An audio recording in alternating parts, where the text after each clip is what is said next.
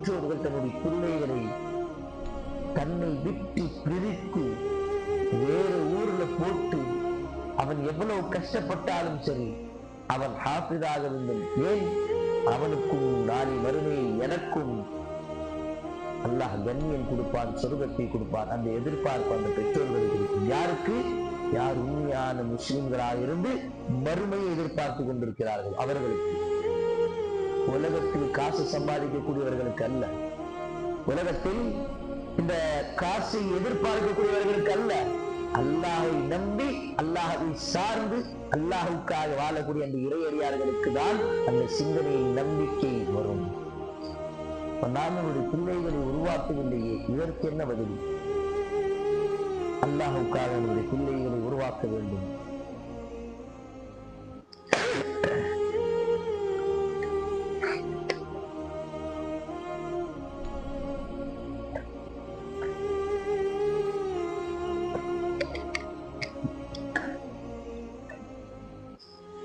கணித்துக்குரியவர்களே, பெரியவர்களே, அல்லாஹ்வின் நல்லடியார்களே,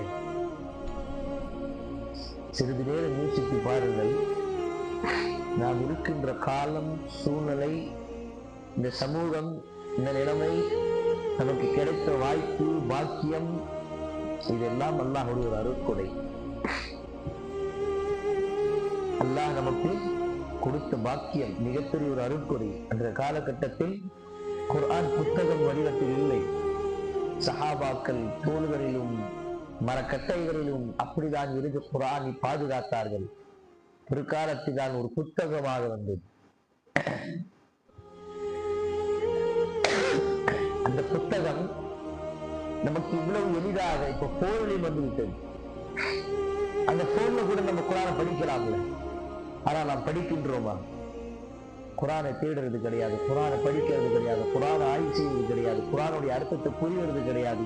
குர்ஆனுடைய தினதோறும் ஒவ்வொரு வசனத்துடைய அதனுடைய சிந்தனை நாங்கள் புரிந்து கொள்ளலாம், அதுவும் கிடையாது.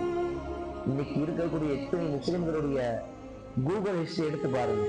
குர்ஆனை பத்தி தேடுவோமா?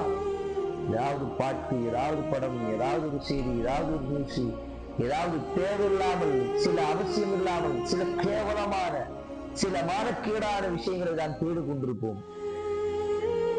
யூடியூப் எடுத்து பாருங்க, ஏதாவது ஒரு பாட்டு கேட்டுக்கிட்டு தான் இருப்போம், ஏதாவது ஒரு செய்தியை பார்த்துட்டு தான் இருப்போம்.